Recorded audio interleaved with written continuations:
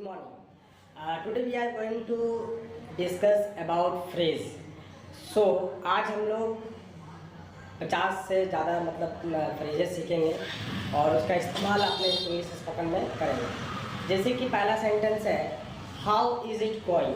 How is it going means क्या होता है कि अगर आप किसी से फर्स्ट टाइम अगर मिल रहे हैं तो आप उससे डायरेक्टली जाकर पूछ सकते हैं हाउ इज़ इट गोइंग। दूसरा है long time no see. Long time no see means क्या, अगर आप किसी से बहुत दिन के बाद मिल रहे हैं तो उसको आप बोल सकते हैं long time no see. What have you have been up?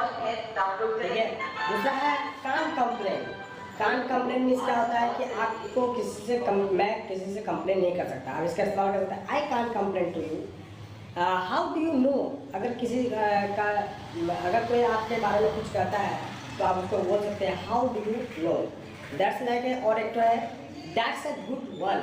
That's a good one means आप जो है जो भी काम कर रहे हैं बहुत अच्छे काम कर रहे हैं। उस तरह से सेकंड है it's very kind of you, मतलब आप किस तरह का पर्सन है। It's very kind of you, ये आपके लिए बहुत ज़्यादा काइंड पर्सन वाला काम है।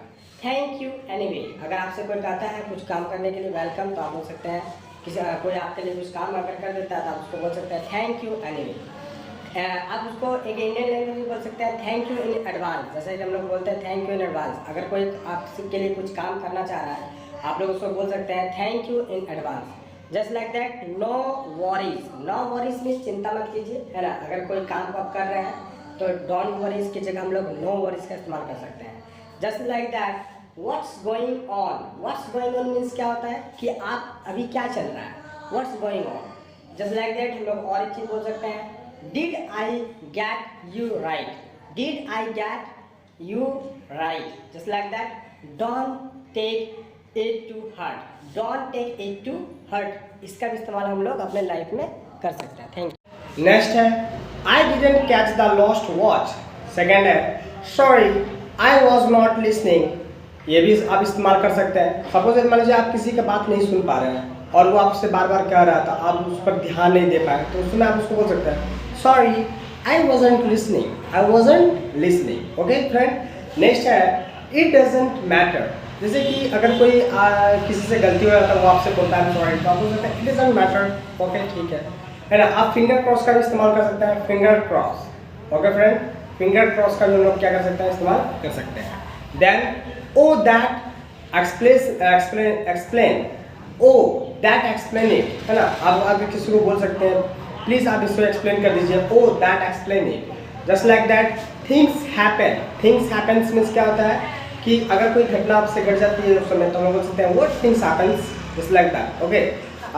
अगर किसी को आप परेशान कर रहे हैं तो बोल सकते हैं excuse me sorry to bother you. Sorry to bother you. Just like that. Next है I will be with you. I will be with you in a minute. जैसे अगर कोई प्रॉब्लम में फंस चुका है तो आप बोल सकते हैं आई will be with you. I will be with you in a minute. Okay friend. Next है वेयर वर यू। अब इसका इस्तेमाल लिप के हिसाब से कर सकते हैं। जैसे कि हम लोग बोल सकते हैं where were you. Okay friend, where were you. Just like that you are saying. You are saying भी एक तरह का जो है फ्रेज है जिसका आप इस्तेमाल कर सकते हैं। यू आर सेइंग, आपने कहा था। जस्ट लाइक दैट हम लोग बोल सकते हैं लकी यू।